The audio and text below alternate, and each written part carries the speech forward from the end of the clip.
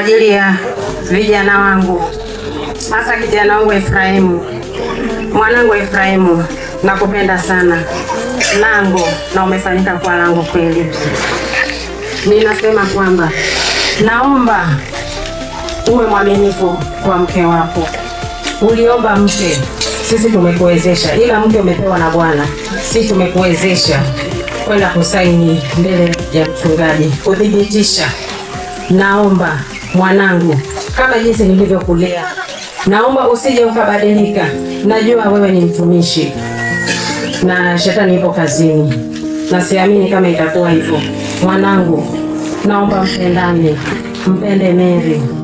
Mary mwanangu, karibu. Karibu kwangu, karibu kwetu, karibu kwenye ukoo wetu, karibu kwenye familia yetu. Ujisikie amani, ujisikie furaha. Wewe ni mama mkwe, huyu ni baba mkwe wangu. Wewe sasa ni mama mkwe. Na kujali na kupenda. Mwanangu Efraimu, natamani kuona huu uso wa Mary ukiwa umeng'aa wakati wowote. Ibada, najua ni nafasi yako. Isije ikafika wakati sasa umeshampata Mary, sasa ibada zianze kufikia, maombi yameanza kufikia. Naomba sasa ndio yapambe moto. Kama ni vitani sasa ndipo uko tayari vitani. Nishike sana huyu Yesu. Usije ukamwacha hata siku moja. Yangu ndio haya machache.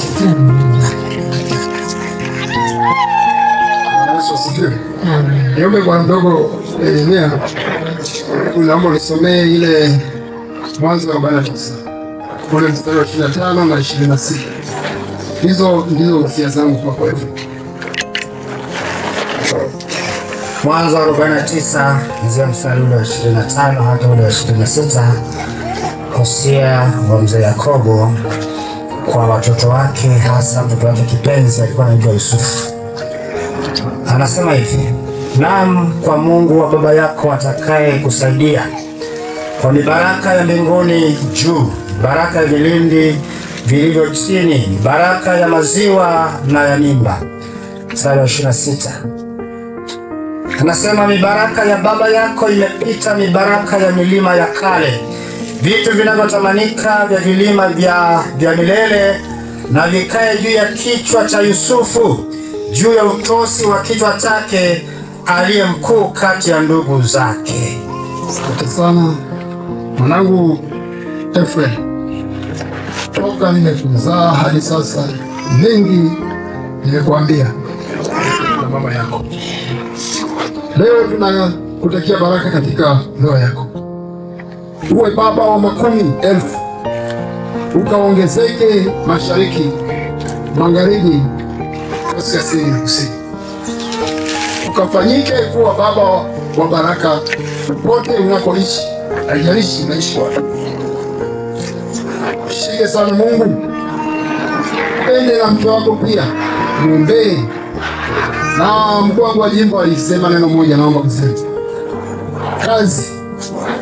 Fanya kazi kwa bidii. Unanifahamu na kufahamu.